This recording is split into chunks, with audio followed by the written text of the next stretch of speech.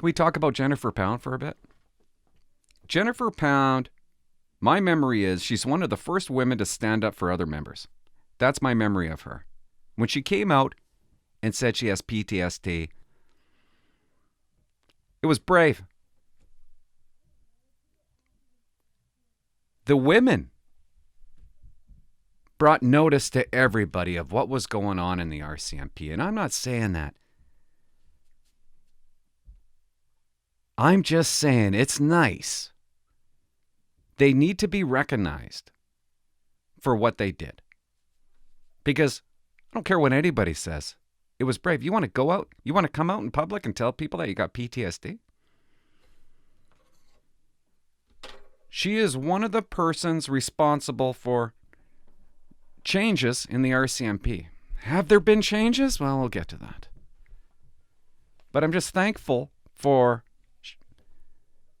people like Jennifer Pound and Benson. Is that her name? Damn it. I think that's her name. I wrote it down.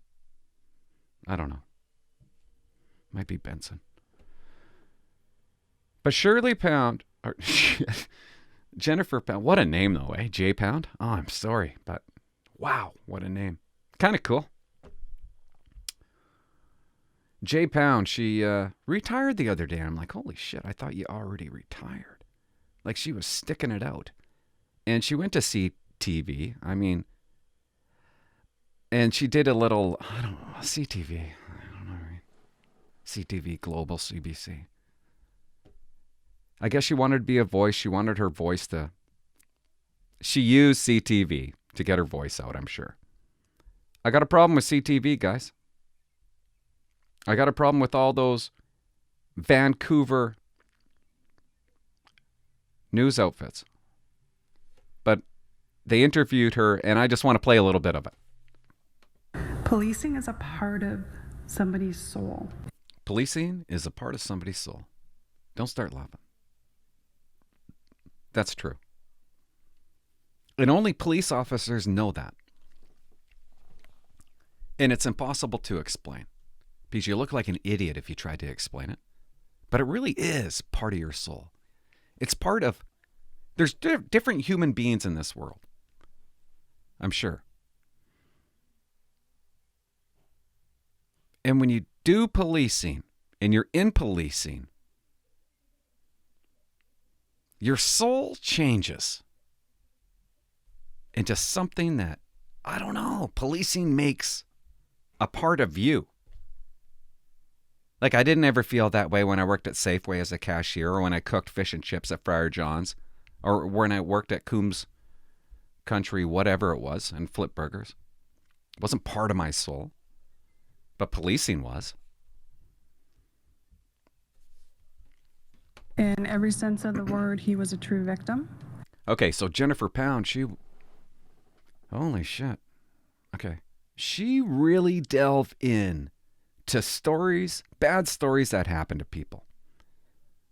You've seen her on the news. You've seen her explaining things. And that has to take a toll on you to feel the pain of other people, to listen to their stories and console them. I couldn't imagine.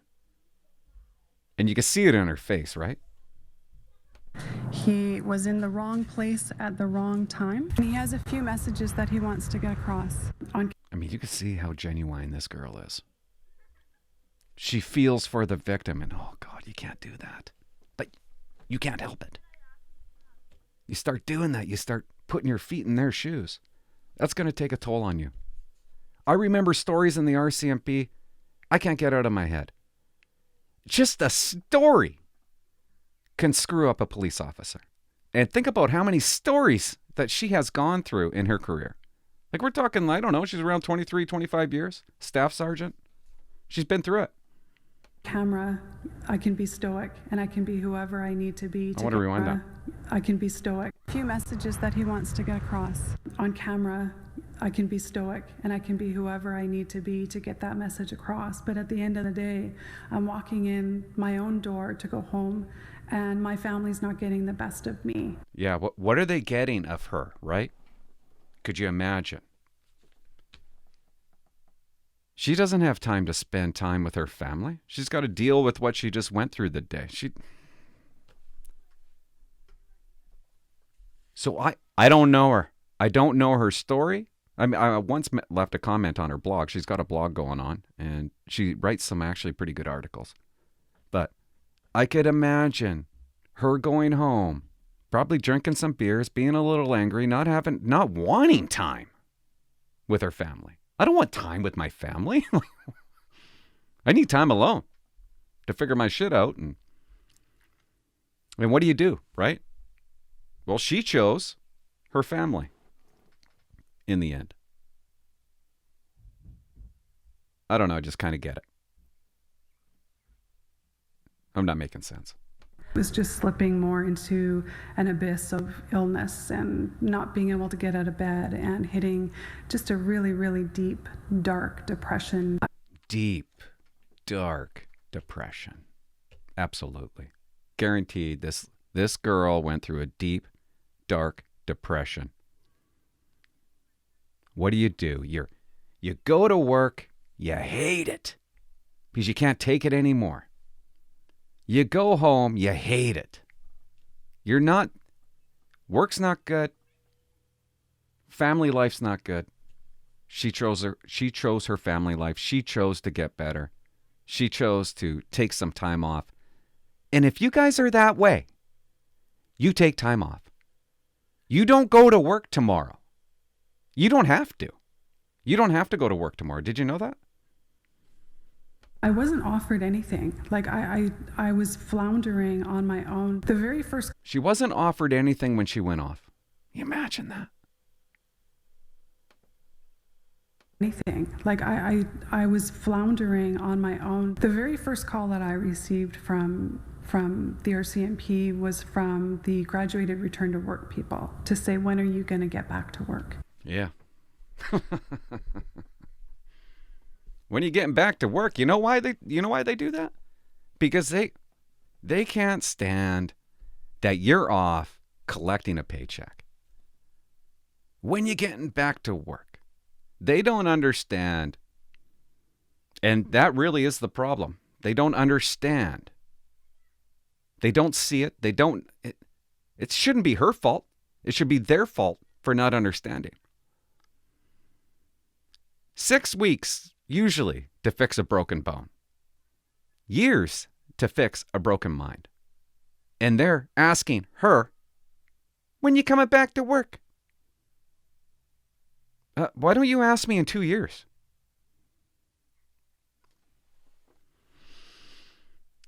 Upsets me when I hear this shit. The RCMP can be a great organization again. But some of the failures, and no, you're not allowed to fail in this part. I once seen a staff sergeant. There was a guy that was off. And the staff sergeant is messaging him, text messaging him, hey man, when you coming back to finish your watch's assessments? What does this kid do?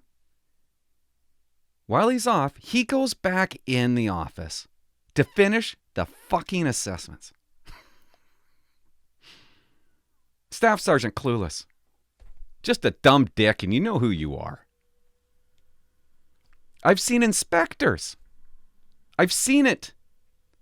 I've seen them message members that are off. Ugh, summertime. It's about to be summertime in a couple of months. We could really use you. Not a clue.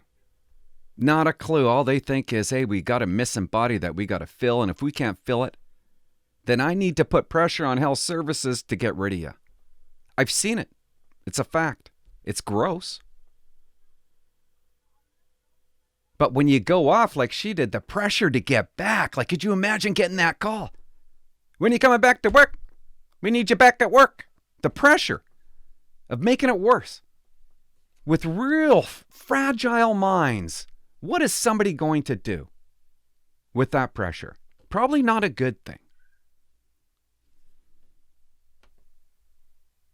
graduated return to work people to say, when are you going to get back to work? Health services within the RCMP are ineffective. They failed me right out of the gate.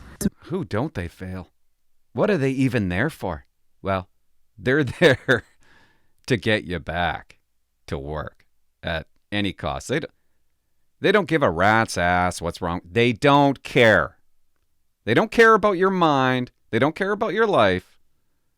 They're pressured by sergeants, staff sergeants, inspectors, by everybody to do what they have to do to get you back to work or make you retire. Seen it. When you describe yourself as a health services unit, there's an expectation from the members that they're going to help you get healthy. The RCMP says it can't comment on specific cases, but says it's, quote, committed to enhancing the health, safety, and resiliency of all of our employees. I knew I couldn't go back and feel good about myself for working for an organization that I knew had forgotten me as soon as I stepped out the door. And believe me, I've seen it. People step out the door. Forgotten. The thing to new recruits, guys, don't ever lose your empathy. That's the problem. There's a lot of cops that care. All my buddies cared about me. I cared about them. But there's a lot that don't care. And maybe it's the job. Maybe it's a negativity. But you end up just not giving a shit. So I don't know what the answer is. I'm just an idiot sitting here. I don't know. But you got to... It sucks that you lose your empathy. It sucks that you stop caring. And I have seen so many bosses just... They've really lost their minds with empathy and compassion. I don't know what I'm getting at. But this reporter here that you see right now, her name's Regan. And she actually, I think she did a great job. Yeah. I'm telling you that CTV, this lady, this girl, and I like her eyebrows, did a good job on interviewing her. I like what she says here. Just listen to this. And what triggered Pound's PTSD? Was it a particular case? Well, she didn't go into those details to protect the privacy of a lot of the families, but as you heard in that story, it was working with those families that was really the breaking point with her, dealing with a lot of their trauma and darkness that eventually seeped into her own life, and that's how she ended up struggling with the PTSD. Listen to that for a second. This girl knows what she's talking about, this reporter. Struggling with PTSD. A lot of cops, you guys have PTSD. A lot of cops, you don't even know it. And it's okay to have PTSD. It's fine to have PTSD. But it's not fine to struggle with PTSD. And I like how she termed it that way. Pound was struggling with PTSD. Probably a little angry here. Probably drinking a lot. I have no idea. I'm just guessing. Probably crying. Probably a different person. Ruining her life, ruining her work life, ruining her family life. She wasn't coping with PTSD. You have to cope with it. And what do some in the RCMP do? When you coming back to work? Come on back to work and kill yourself. Idiots. Maybe people like Pound should be at health services. You know what I mean? If you really want to change things that are wrong in policing, take people like Pound, who knows and understands it, because they don't understand it. A lot of management doesn't understand it. They don't even care to understand it. Maybe it's not their fault that they don't understand it. Maybe it takes people that have full-blown PTSD to be in charge. I didn't even really understand it when I was younger and I was at work. I wish I probably would have did things differently. And, well, I would now. Like if I seen somebody struggling, I guarantee you, it's not costing me a penny. I would say to them, go home. Don't come back until you're right, until you're fixed. I'm going to message you. I'm going to call you. But it's out of a good heart, just to see how you're doing. No pressure.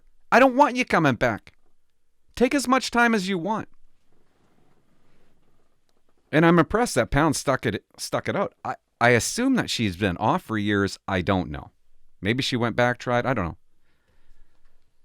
But I'm impressed with that part, because usually the RCMP are knocking on your door after a year. You got to get the hell out of here. We can't afford this. Your injury is taking too long to heal. And we're not going to let it heal for you. We're not going to let it heal. We don't got time for your injury to heal. We got shit to do. Busy summer coming up. We got assessments to write. Tomorrow we'll speak to a psychologist working with officers about what's changed over the last few years and where members are still falling through the cracks. Jason? And you know what that brings me on to my next point. What's that?